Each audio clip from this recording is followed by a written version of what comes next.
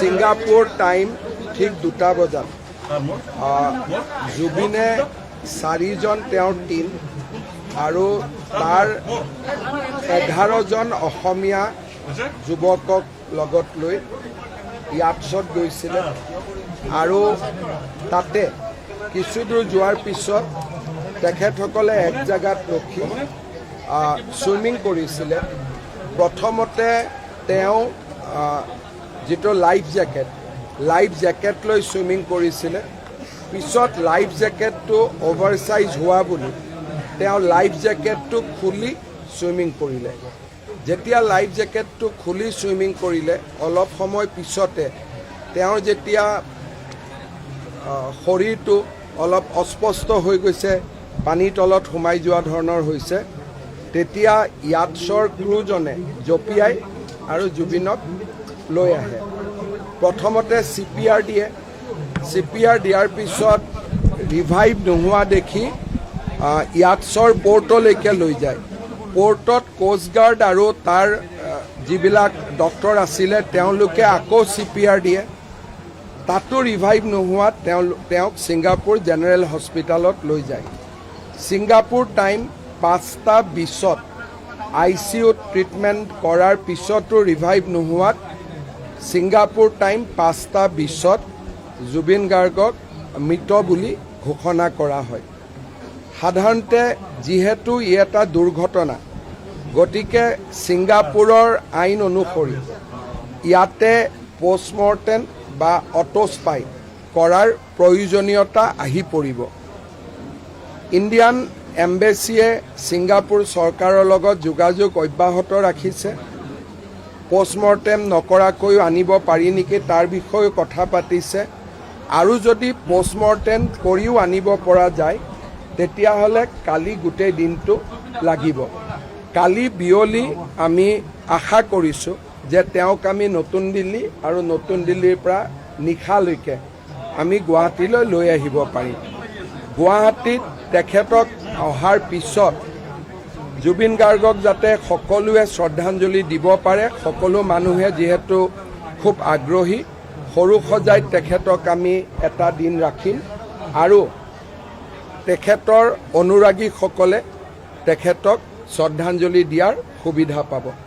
পৰিয়ালৰ লোকে সিদ্ধান্ত ল'ব যে আমাৰ এই স্থানত তেখেতক আনিব লাগিব বা নালাগিব। কিন্তু যদি তেখেত ইয়াত আহেও অকল দেউতাককে ইয়াত দেউতাক বা আমাৰ পৰিয়ালৰ সদস্যসকলে তেওঁক ইয়াতে শ্ৰদ্ধাঞ্জলি জনাব।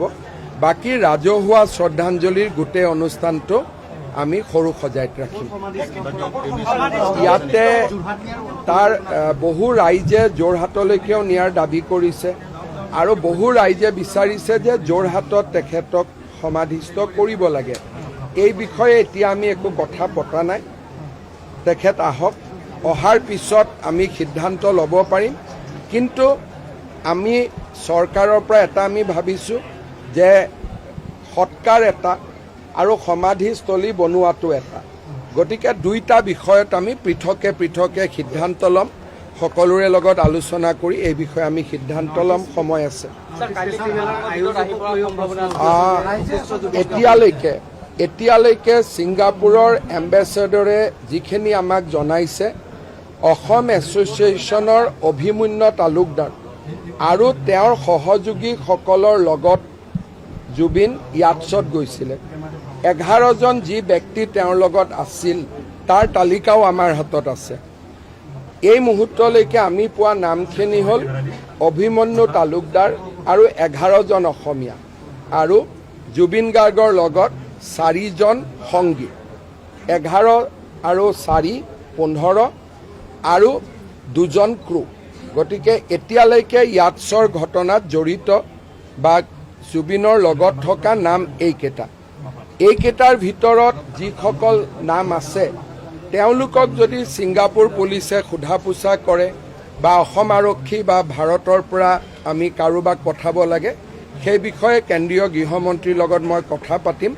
কিন্তু ইয়াতছত যিসকল আৰোহী আছিলে বা জুবিনৰ লগত শেষ সময়খিনি কটাইছিলে তেওঁলোকৰ তালিকাখন ইতিমধ্যে আমাৰ হাতত আহিছে। তেওঁলোক ছিংগাপুৰৰ অসমীয়া, তেওঁলোক ভাৰতীয়, গতিকে যিহেতু ভাৰতীয় তেওঁলোকক সোধা পোছা কৰাত আমাৰ কোনো অসুবিধা নাই। আমি তেওঁক ইয়াতে মাতি আনি তেওঁলোকক এজন এজনকৈ আমি সুধিব পাৰিম। কিন্তু ইয়াৰ যিটো গোচৰটোতো ছিংগাপুৰত হ'ব আৰু ছিংগাপুৰৰ আৰক্ষীয়েও তাৰ আইন কানুন আছে, ডেফিনেটলি সুধিব। কিন্তু অসমৰ ৰাইজক গোটেই ঘটনাটো জনোৱাৰ কাৰণে তেখেতৰ লগত থকা আমি সংগী বুলিয়ে কওঁ বা আমাৰ ছিংগাপুৰত থকা অসমীয়া ৰাইজ বুলিয়ে কওঁ, যি 11জন আছিল তেওঁলোকৰ আমি ষ্টেটমেণ্ট নিশ্চয় ল'ব পাৰিম, কাৰণ কোনো ছিংগাপুৰ চিটিজেন নহয়, সকলো ভাৰতীয় নাগৰিক। জুবিনৰ লগত 4জন আছিলে। মই আপোনালোকক একজেক্টলি যিটো ৰাষ্ট্ৰদূতে মোলৈকে পঠাইছে মই সেইটোৱে পঢ়ি দিব খুজিছোঁ।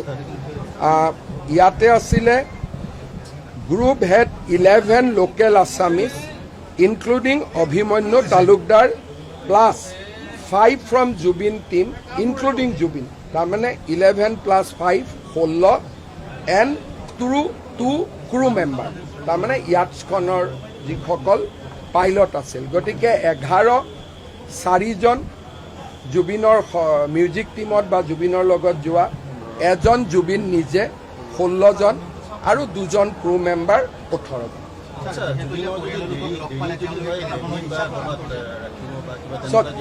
মই তেনেকুৱা কথাবোৰ স্পেকুলেট এইকাৰণে কৰিব খোজা নাই, কাৰণ বহুবিলাক অনুৰাগী ইয়াতে খুব অধীৰ আগ্ৰহেৰে বাট চাইছে জুবিন আহিবৰ কাৰণে।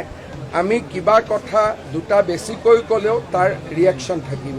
গতিকে এনেকুৱা হ'লে কি কৰিম, তেনেকুৱা হ'লে কি কৰিম, এই প্ৰশ্নৰ উত্তৰ আমি নিদি ভগৱানক কামনা কৰিম যাতে তেখেতক অহাকালি আমি নিশা ঘূৰাই আনিব পাৰোঁ। কিন্তু ছিংগাপুৰৰ আইনৰ কথা, যদি ছিংগাপুৰৰ পুলিচে আহিব অনুমতি দিব লাগিব, তেওঁলোকে অনুসন্ধান কৰিব। প্ৰাৰম্ভিক অনুসন্ধানৰ পিছতহে মৃত শৰীৰ আহিব দিব। আৰু ছিংগাপুৰৰ ৰাষ্ট্ৰদূতে মোক জনোৱা মতে কালি আবেলিলৈকে জুবিন ঘূৰি আহিব পাৰিব বুলি ভাৰতলৈ তেওঁ আশাবাদী। এতিয়ালৈকেতো এই যিটো লিষ্টখন আছে সেই লিষ্টত শ্যামকানু মহন্তৰ নাম নাই, যি 11জন প্লাছ 5জন প্লাছ এজন জুবিন নিজে আৰু 2জন, 18জনৰ ভিতৰত শ্যামকানু মহন্তৰ নাম নাই। কিন্তু বাকী কিবা যদি তেওঁৰ ওপৰত অভিযোগ থাকে, জুবিনৰ টীমৰ ল'ৰা যিখিনি 4জন লগত আছে বা অভিমন্যু তালুকদাৰ, তেওঁলোকে যদি কিবা কয় শ্যামকানু মহন্তৰ বিষয়ে আমি সুধিব পাৰিম। কিন্তু এই 18জনৰ যিটো তালিকা, 18জন মানে ইনক্লুডিং জুবিন, 17জনৰ তালিকাত শ্যামকানু মহন্ত নাছিলে। ইয়াটছত যেতিয়া গৈছিল তাত শ্যামকানু মহন্তৰ নাম সেই লিষ্টখনত নাই।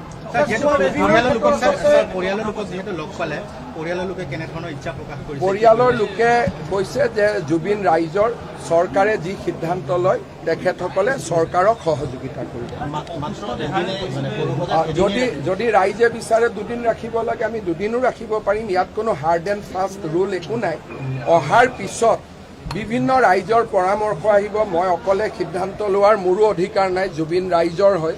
ইয়াত অহাৰ পিছত, ইয়ালৈকে লৈ অহাৰ পিছত ৰাইজে সিদ্ধান্ত ল'ব যে কেনেকৈ ইয়াক আগবঢ়াব লাগে প্ৰক্ৰিয়াটো। গতিকে মই অকলে সিদ্ধান্ত এটা লোৱাটো উচিত নহয়। অহাকালি আমি একো কৰিব খোজা নাই। জুবিনৰ যেতিয়া নশ্বৰ দেশ আহিব তেতিয়া আমি এদিন ইয়াতে আমি বন্ধ দিম বা আমি হাফ হলিডে দিম, সময় লৈ পেলাই, যাতে জুবিনক ৰাইজে যিসকলে চাব খোজে চাব পাৰে।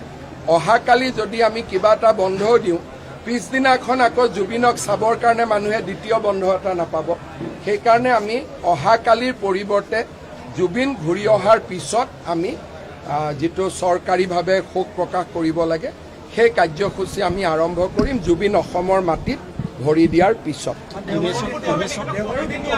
এতিয়া জুবিন অসমৰ মাটিত ভৰি দিয়াৰ পিছত আমি বাকী সিদ্ধান্তখিনি ল'ব পাৰিম।